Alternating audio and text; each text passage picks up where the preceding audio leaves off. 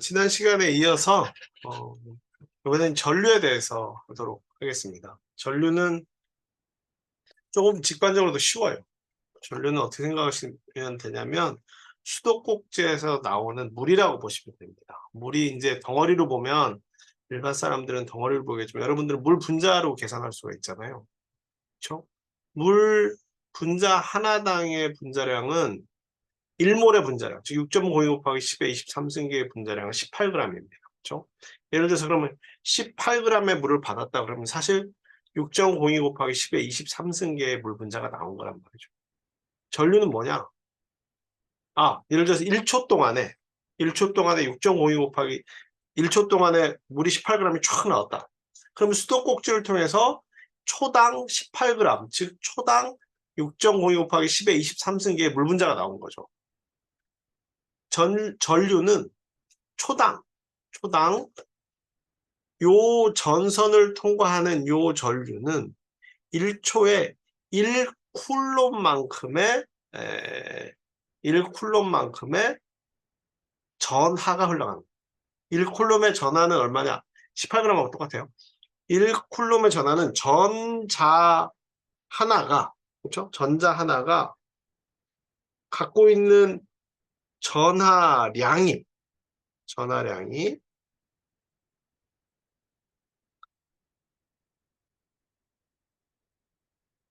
1.602 곱하기 10의 마이너스 19승 쿨롬이죠. 쿨롬은 파인만이 얘기했던 전기적인 힘을 띠게 하는 원천이라고 보시면 돼요. 사실 무게를 갖고 있는 물질과 무게를 갖고 있는 물질 사이에 중력이 생기듯이 전기적인 성질을 띤 물질과 전기적인 성질을 띤 물질이 만나면 서로 힘을 가하는데 서로 다른 전극이면은 잡아당기는 힘이고 멀리게 하면은 같은 극이면은 밀쳐내는 힘을 갖게 되는 거죠. 그거의 단위를 쿨롬이라고 정해요. 마치 킬로그램이라고 정한 거랑 똑같죠.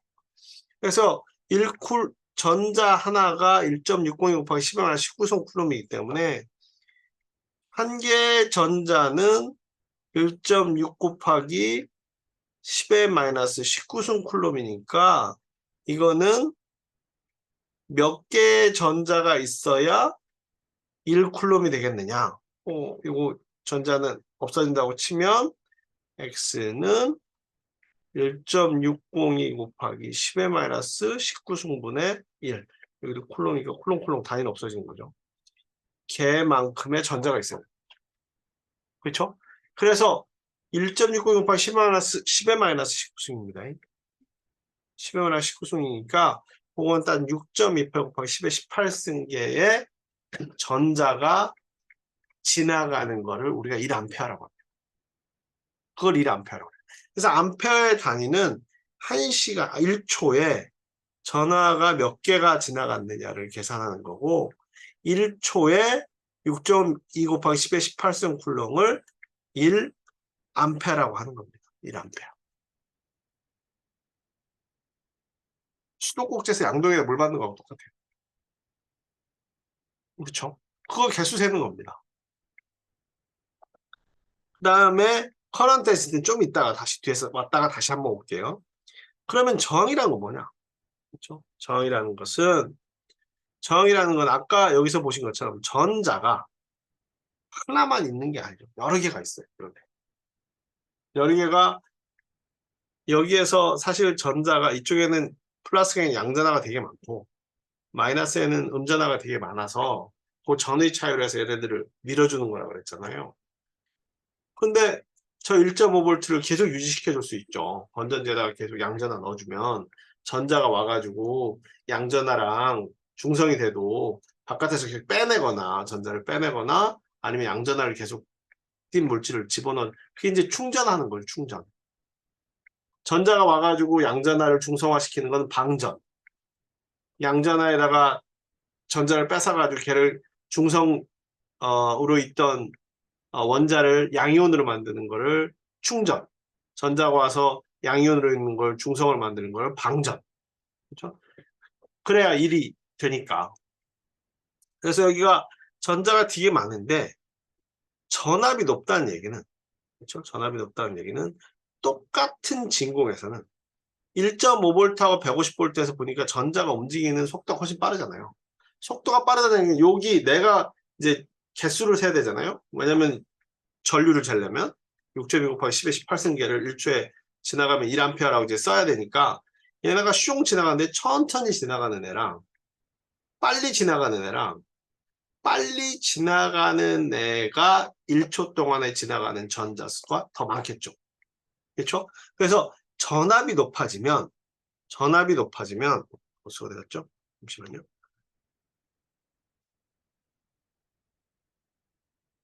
전압이 높아지면 당연히 똑같은 조건에서 똑같은 진공에서는 전자의 흐름이 더 많습니다. 전자의 흐름이 더 많다는 얘기는 전류가 더 세진다는 얘기죠. 그렇죠? 그래서 V하고 I는 서로 비례합니다. 그럼 도대체 R은 뭐냐? R은 걸리적거리는 정도예요. 진공인 경우도 있지만 진공이 아니고 거기에 뭐 이렇게 다른 가스들이 차 있을 수도 있잖아요.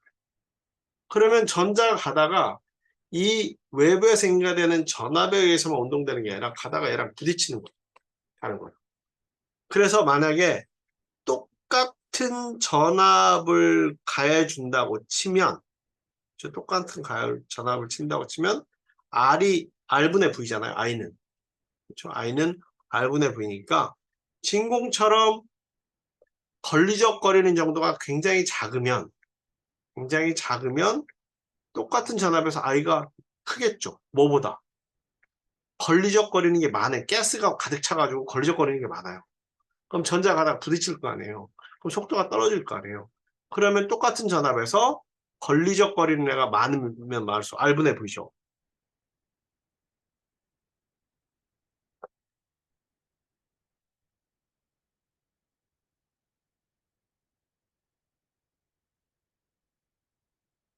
그러니까 똑같은 전압이 가해져도 전자들이 원래는 이제 아무것도 없으면 똑같은 속도가 똑같이 도달하는데 하나는 아무것도 걸리적거리는 애가 없어요. 그냥 슝슝 잘 가요. 근데 다른 하나는 가다가 부딪혀. 부딪히면은 속도가 줄어. 속도가 느려지는 거예요. 그러면은 얘가 커지면 커질수록 똑같은 전압에서는 흐르는 전자의 개수, 1초 동안에 흐르는 전자의 개수는 줄어들게 돼요. 전류가 작아지는 거예요. 그렇죠? 거꾸로 얘를 만약에 똑같은 전류를 보내고 싶으면 걸리적거리지는 않는 애들은 뭐 한 10V만 주면 돼요. 근데 걸려가지고 떨어진 애들은 전압을 더 많이 줘요. 에너지를 더 많이 줘야 얘네들이 더 잘 흘러가죠. 그래서 R은 걸리적거리는 정도다라는 겁니다. 그렇죠? 그래서 동일한 전압을 가해주면 전하의 흐름이 발생을 하게 되는데 그 전하의 흐름은 걸리적거리는 정도에서도 영향을 받게 되고 그걸 나타낸 식이 오메 법칙인 겁니다. 그렇죠? 그래서 이건 일을 해줄 수 있는 능력 말이 좀 어려서 그렇지 똑같은 1.5V에서 전자가 진공에서 하고 날아갈 때 요 끝에 도달했을 때 속도랑 예를 들어서 여러분들이 5층 높이에서 공을 떨어뜨리잖아요. 쇠공을. 그럼 슉 내려가지고 땅바닥에 닿을 때 그때에 가지고 있는 그 공의 속도나 저기 60층 공기참 없이 진공에서 딱 떨어뜨리면 슉 내려가지고 바닥에 닿을 때 그 쇠공이 가지고 있는 속도가 60층에서 높이는 게 훨씬 더 크잖아요. 그렇죠? 그게 등 가속도 운동이잖아요. 속도가 계속 늘어나니까. 전압이 그 역할을 해주는 겁니다. 뭘로? 이쪽에 음전화, 이쪽에 양전화를 따로 차곡차곡 쌓아놔가지고 얘네들의 이 음전화의 힘으로 전자를 밀어주는 거죠. 양전화의 힘으로 홀을 밀어주는 거죠. 그렇죠? 그래서 이렇게 되는데 문제가 하나가 생긴 거예요. 사람들이 생각을 해보니까 전선을 이렇게 가늘고 긴 애랑 두툼하고 짧은 애랑 똑같은 물질을 써도 어머나 저항이 다르네요. 그렇죠? 저항이 어느 게 커요? 얘가 큽니다. 마치 물파이프처럼. 재료과학에서 뺏겨온 거예요. 재료과학에서. 그렇죠? 물파이프처럼 전자가 흘러갈 때 전류의 흐름, 전자의 흐름이 전류 방향 반대지만 얘는 쉽게 가는데 얘는 어렵게 가는 거야. 비록 얘의 물질과 얘의 물질이 똑같다고 하더라고요. 이런 걸 뭐라고 그러냐면 맨 밑에 나오는데 resistance depends on sample geometry and size.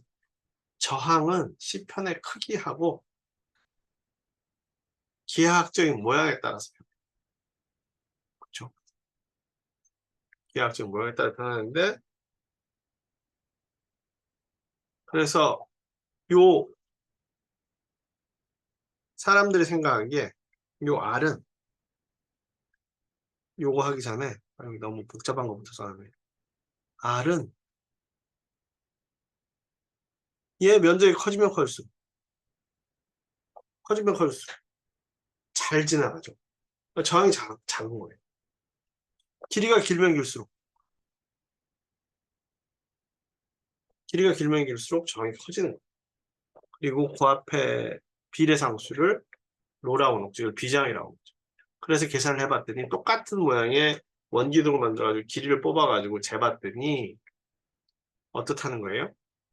요 로는 단순히 그 전선, 전기의 통로가 되는 전선의 물질에만 영향을 받더라. 그래서 이거를 물질 상수인 비저항, 레지스티비티라고 합니다.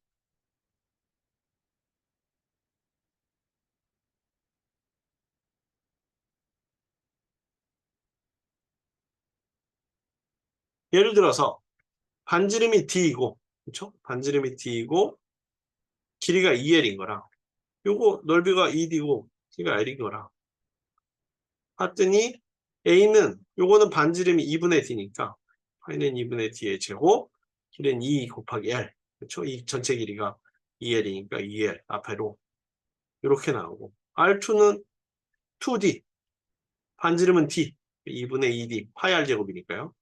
면적 분의 길이 그럼 길이가 반토막이 돼요.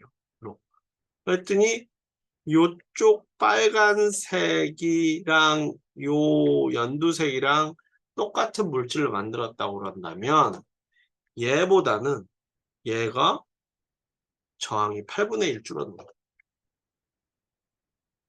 그런데 우리가 만약에 로우로 따지면 로우는 어떻게 돼요?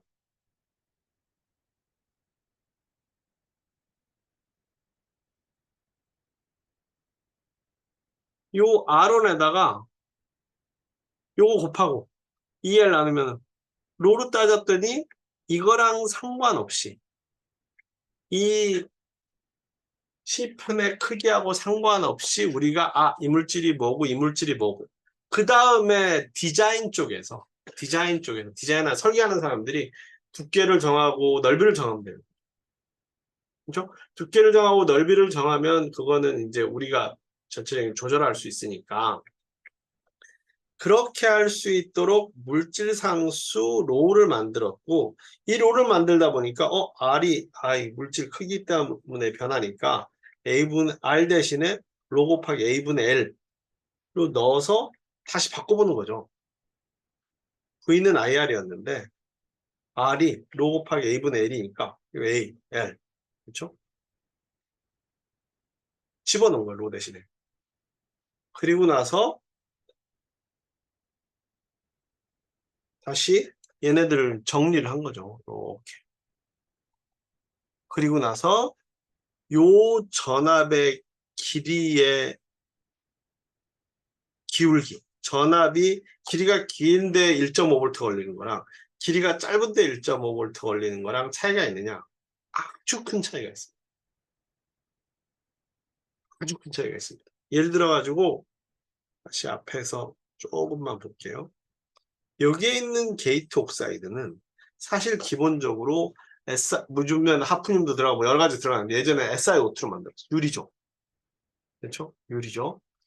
요게 가해지는 0.5V는 요게 두께가 뭐 나노미터 수준이잖아요. 여러분들 창문에 있는 유리도 SiO2입니다. 여기 0.5V는 이게 만약에 나노미터로 친다면 예를 들어서 저게 게이트 옥사이드가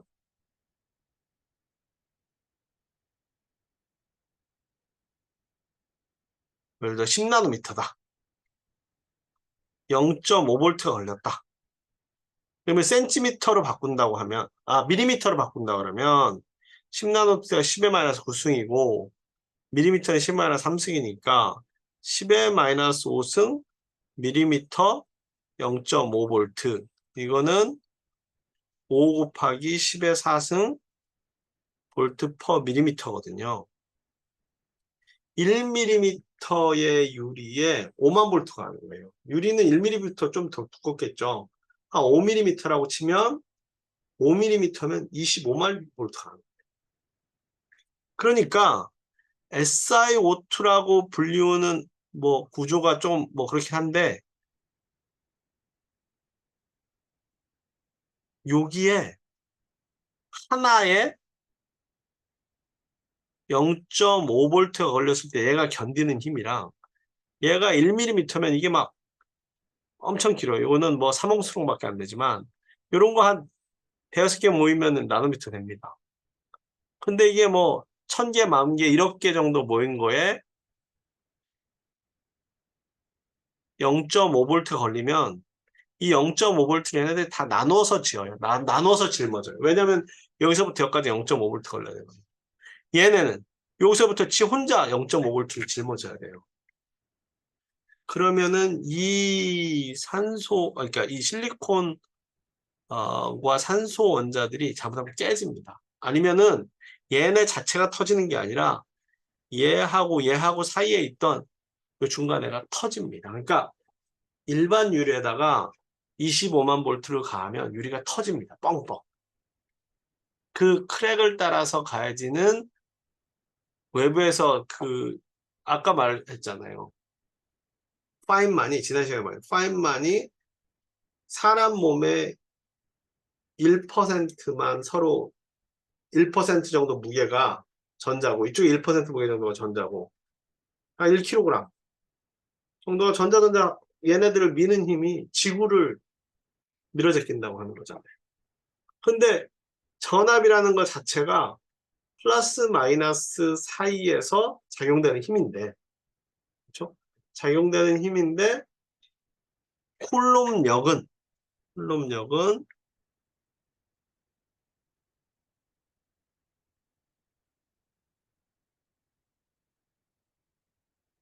두 양쪽의 전하의 거리의 제곱의 반비례입니다. 이게 가까우면 가까울수록 얘네들이 힘이 더 세지는 거예요. 그러니까 물리적으로 보면 얘네가 0.5V를 당연히 돼요. 얘네 0.5V가 수억 개 있는 것들이 나눠서 짊어지는 걸 혼자 다 짊어져야 돼요. 그래서 L분의 V라고 하는 거는 가운데 0.5V 걸리는 거랑 1분대 0.5V 걸리는 거랑 그 사이에 힘의 분배를 일정하게 길이에 따라서 보정해 주는 역할을 합니다. 여기에서 양변의 L로 나눈 거. 그럼 요거를 뭐라고 그런다? 전기장애색이라고 합니다. 이게 전기장애색입니다. 즉 전압의 기울기, 전압이 길이당 얼만큼 빨리 변하는지를 나타내는 게 전기장애색입니다. 그 다음에 남은 A분의 I. 면적이 이따마는데 구리선에 통과하는 거랑 쭉 가는데 구리선에 통과하는 거랑 똑같은 숫자여도 이만큼 구리선에 통과하는 건 여유롭게 잘 와요. 얇은 데 통과하면 통과하면서 서로 부딪혀가지고 얘네들이 어떻게 되냐면 타요. 똑같은 사실 1A는 되게 큰 양입니다. 그래서 10mA라고 그래도 아주 얇은 선은 탑니다. 두꺼운 선을 1A도 견뎌요. 1000분의 1인데도.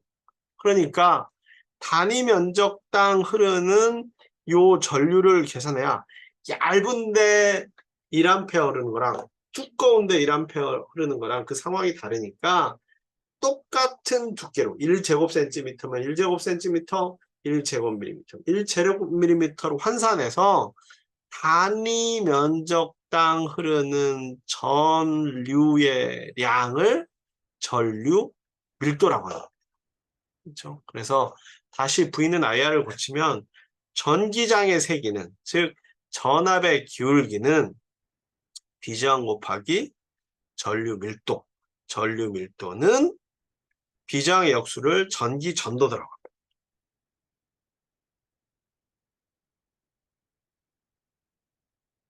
로는 비저항이라고 하고 또는 레지스트 비트라고 하는데요.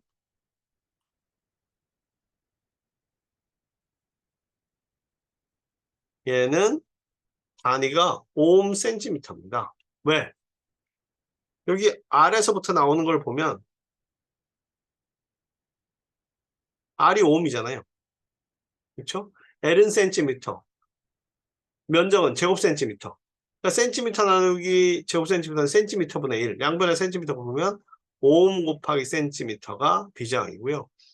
전기전도는 이게 역수예요. 역수인데 ohm의 역수를 사람들이 지멘스에서 먼저 썼는지 지멘이라고 부릅니다. 그렇죠?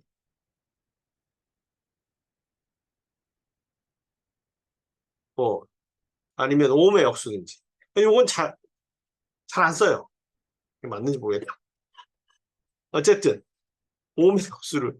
그래서 단위는 이걸 잘 안 쓰고 나중에는 보시면 우리가 다 ohm 센티미터로 쓰겠습니다. 이건 한번 확인해 보시죠. 갑자기 헷갈리네.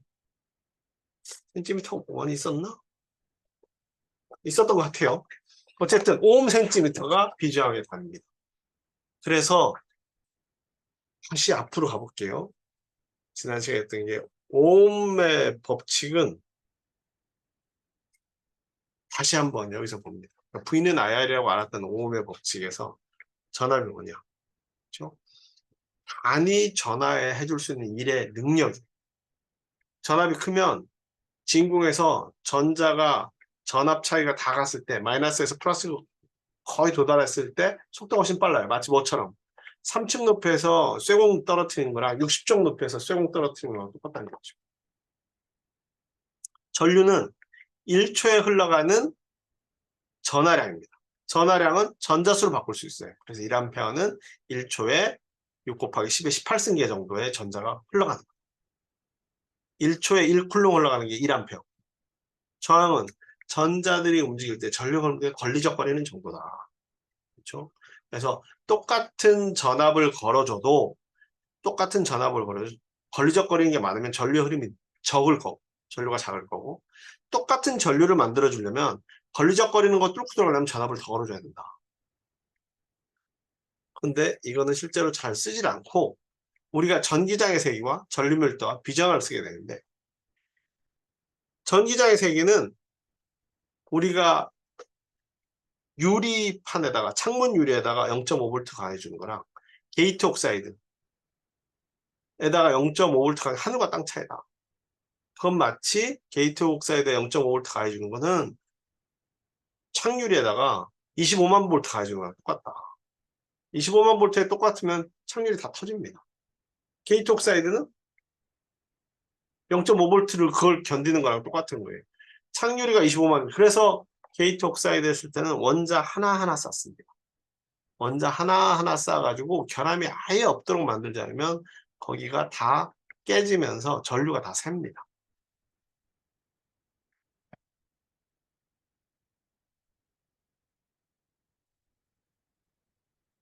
이 부분은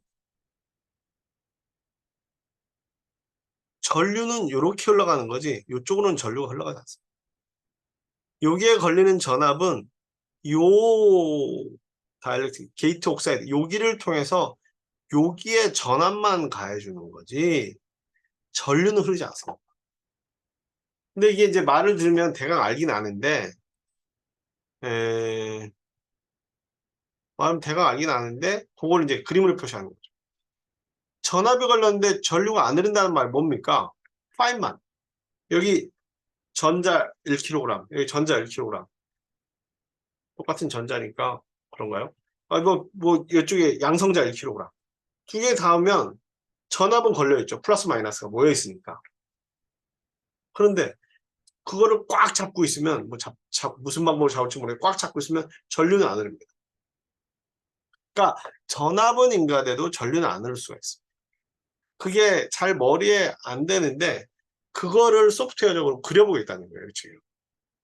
어쨌든 전기장은 단위 길이당 전압의 변화를 합니다. 그렇죠? 전류 밀도는 큰데 1A 흐르는 거랑 얇은데 1A 흐르는 거 하늘과 땅 차이다. 얇은데 1A 흐르면 져서 다 끊어진다. 그러니까 단면적을 보정해줘야 된다. 그래서 단위 면적당 흐르는 전류의 양을 우리가 전류 밀도라고 한다. 비저항. 저항은 봤더니 길이에는 비례하고 단면적에는 반비례하는데 저항을 표준시편으로 만들어 그렇게 만들어 놨더니 그때 비례상수로 비저항은 물질상수더라. 물질상수는 구리는 얼마, 알루미늄은 얼마, 은은 얼마 딱딱 나옵니다. 물론 그 안에 이제 불순물이 들어가면 또 다른 이야기지만 순수한 금 얼마, 순수한 구리 얼마 그래서 다 표로 나와 있어요. 비저항은. 그러니까 우리가 나중에 구리선을 왜 써야 하느냐 비저항이 낮기 때문에 전기 전도도가 좋기 때문에 그렇지 않으면 우리가 구리선을 그렇게 쓸 이유가 없습니다. 전자가 잘 흐르거든요. 전자가 잘 흐르면 열도 안 생기고 전압이 조금만 걸려도 전류가 슉슉 가니까 신호도 좋고 그다음에 잘 가고 중간에 다 잃어버리지 않고 에너지를. 그래서 소자에서 쓰는 거는 E는 로우 J 또는 J는 시그마 E에서 전기장의 세기와 전류의 세기와 비장을 가지고 우리가 이야기할 거다. 그렇죠?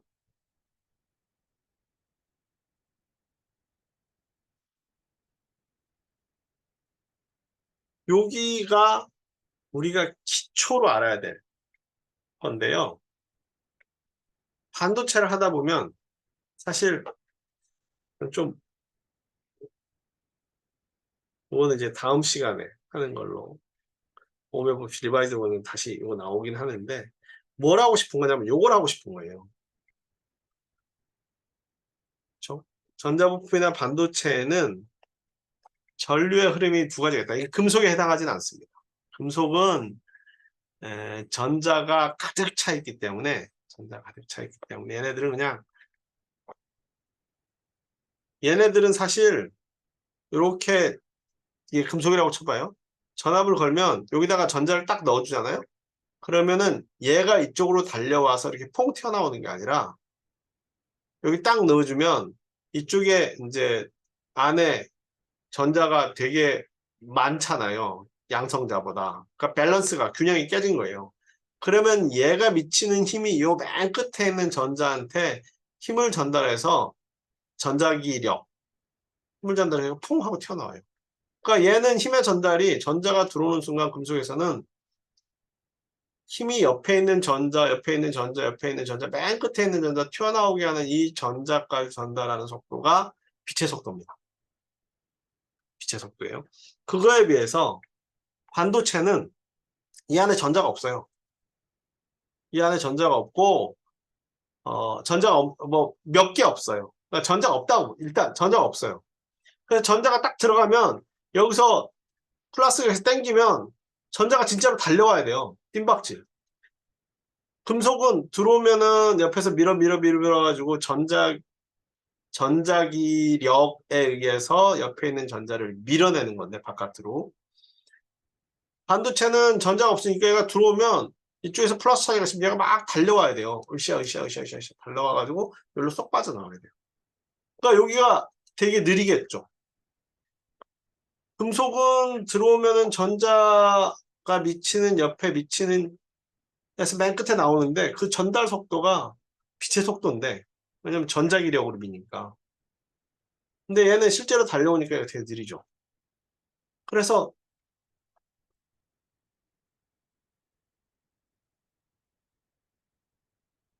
맨날 싸우는 게 여기하고 여기 속도, 여기 폭 줄이는 거예요. 요거 폭 줄이는 거. 왜 폭 줄여야 되느냐? 여기까지는 금속처럼 오거든요.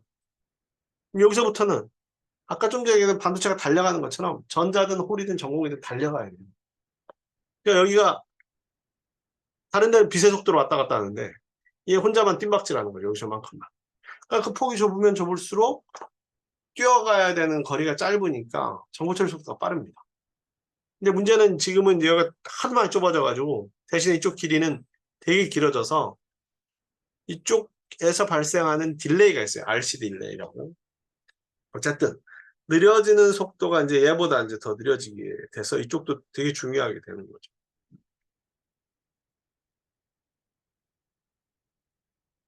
다음 시간에는 전기에 대한 기본적인 성질들 중에 전류 밀도를 좀만 더 디테일하게 볼 겁니다. 전류 밀도를 좀만 더 디테일하게 보는데 이거는 전류가 단위 면적당 흐르는 전하 또는 전자의 수라는 개념을 좀 확장해서 전자가 됐든 입자가 됐든 단위 면적당 단위 시간당 흘러가는 입자의 수에 대해서 이야기해요.